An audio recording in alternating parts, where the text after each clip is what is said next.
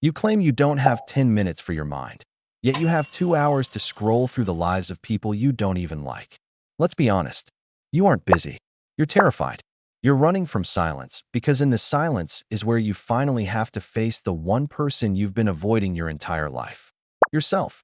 And in that silence, something whispers, quietly, uncomfortably, undeniably, I don't like who I've become. If you can't master 600 seconds of your day, you aren't the driver of your life. You're just a passenger in someone else's car, staring out the window, watching your own life pass by like scenery. But here's what nobody tells you. The road back to yourself doesn't take years of therapy, a sabbatical in Bali, or a rock-bottom moment that breaks you completely. It takes 10 minutes. 10 deliberate, intentional, ruthlessly honest minutes. And I'm going to show you exactly how to use them. Why your mind is working against you right now. Here's something neuroscience has confirmed that self-help culture doesn't say loudly enough. Your brain is not designed to make you happy. It is designed to keep you alive. That means your default mental state, the one you wake up to every single morning, is wired for threat detection, comparison, self-doubt, and worst-case scenario thinking. Your mind scans for danger before it looks for beauty. It rehearses failure before it visualizes success. It replays your most embarrassing moment from 2009 before it reminds you of everything you've overcome. This isn't weakness. This is biology. But here is the problem, and pay close attention to this. You were handed a brain built for a world that no longer exists. You don't need to outrun lions anymore. But your nervous system doesn't know that.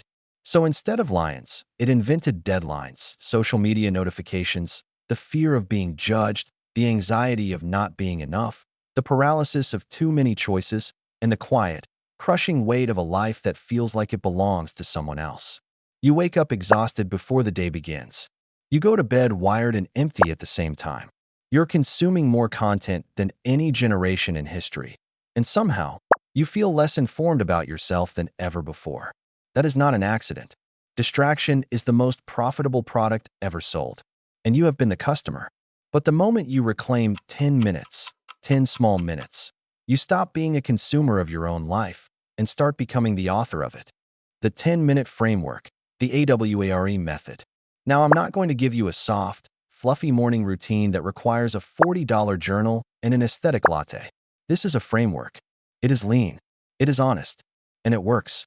I call it the A.W.A.R.E method. 5 steps, 2 minutes each, 10 minutes total. A. Arrive. 2 minutes.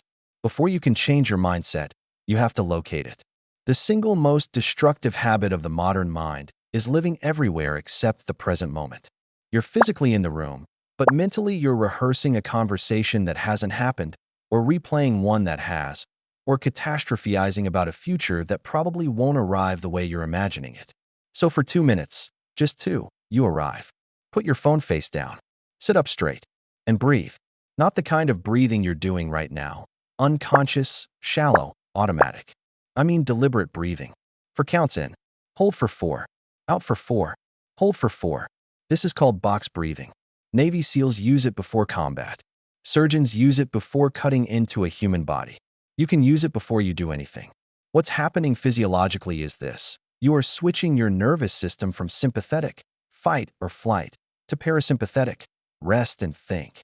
You are literally changing the chemistry of your brain before your day begins. 2 minutes of this, and you are no longer reactive. You are ready. Witness. 2 minutes. This is where most people stop their morning practice, and it's the biggest mistake they make. After you arrive, you witness, without judgment, without fixing, without flinching. Ask yourself one question and actually answer it. How am I actually feeling right now? Not how you should be feeling. Not how you want to feel.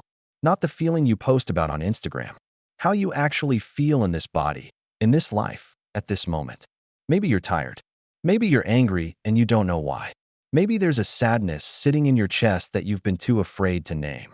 Name it. Research from UCLA shows that simply labeling an emotion, putting language to a feeling, reduces the emotional intensity of that feeling by up to 50%.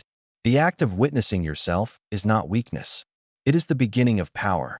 You cannot change what you refuse to acknowledge. And you cannot acknowledge what you've never allowed yourself to sit with. 2 minutes. That's all it asks. Audit. 2 minutes.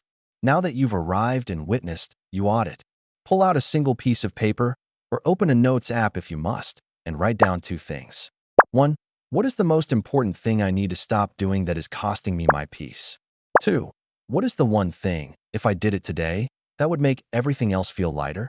Not a list of 20 priorities. Not a 5-year vision board. One thing draining you. One thing feeding you. This is not journaling for the sake of journaling. This is surgical self-awareness. You are doing in 2 minutes what most people spend years in therapy trying to locate: clarity about what's working and what isn't. Write it. Don't think about it too long. The first honest answer that surfaces is almost always the right one.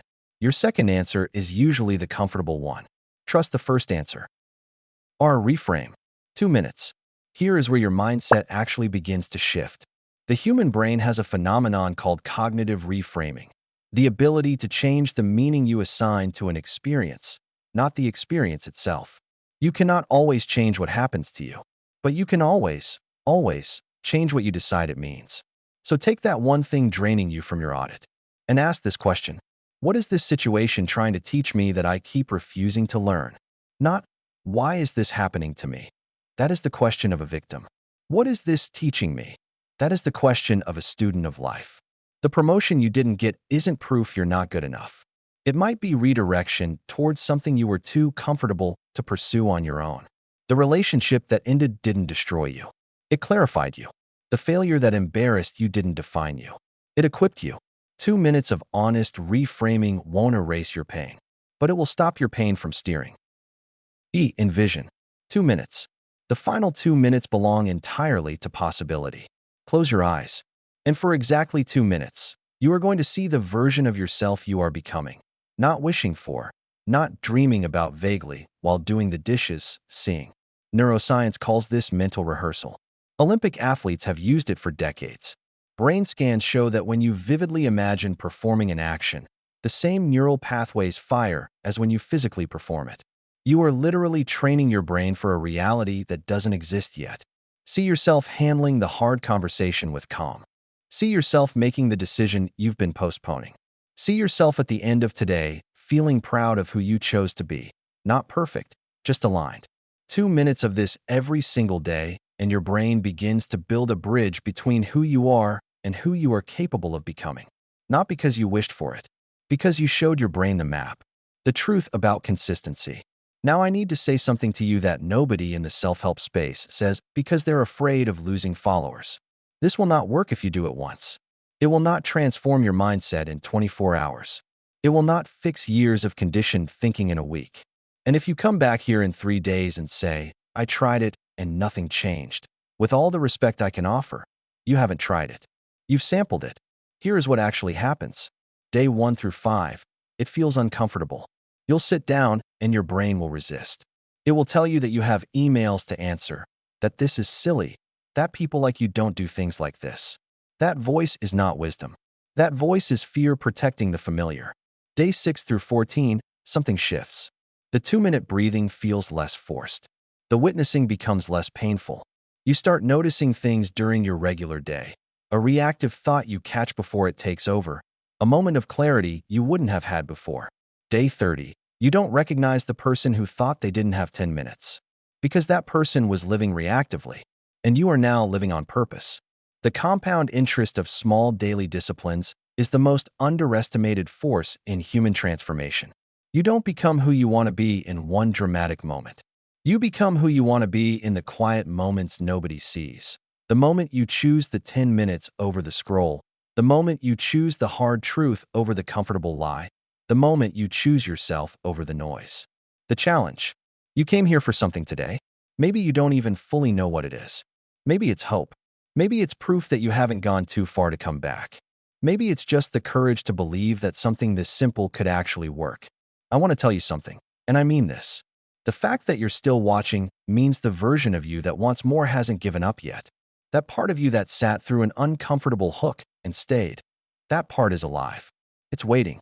It has been waiting for a long time. Give it 10 minutes. Not tomorrow. Not Monday. Not when things settle down and life gets easier. Because life doesn't get easier. You get stronger. Today. After this. Before you open another app. Before you check another notification. before you pour yourself back into someone else's world. Sit down, breathe, witness, audit, reframe, envision. 600 seconds. That is all that stands between the life you're living and the life you know, deep in the part of you that doesn't lie, that you are capable of living. You aren't too broken. You aren't too late. You aren't too far gone. You are 10 minutes away. Start the clock.